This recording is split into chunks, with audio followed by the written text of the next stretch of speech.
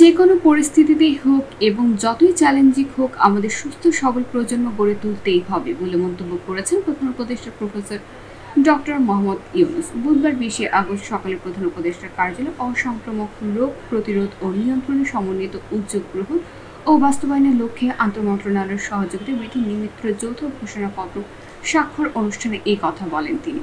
প্রধান উপদেষ্টা বলেন, জাতীয় উন্নয়ন ও অগ্রগতি নিশ্চিত করতে হলে দক্ষ ও কর্মক্ষম মানব সম্পদ দরকার।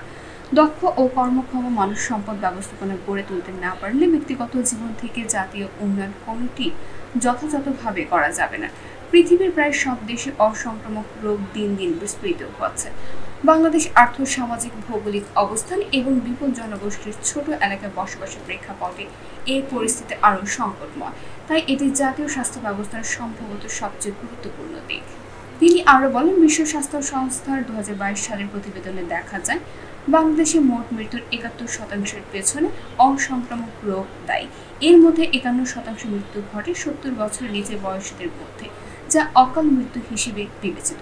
তিনি আরও জানান, দেশে ব্যক্তিগত চিকিৎসার ব্যয় ৬৯%, যার একটি বড় অংশ অসংক্রামক রোগ মোকাবেলায় ব্যয় করা হয়।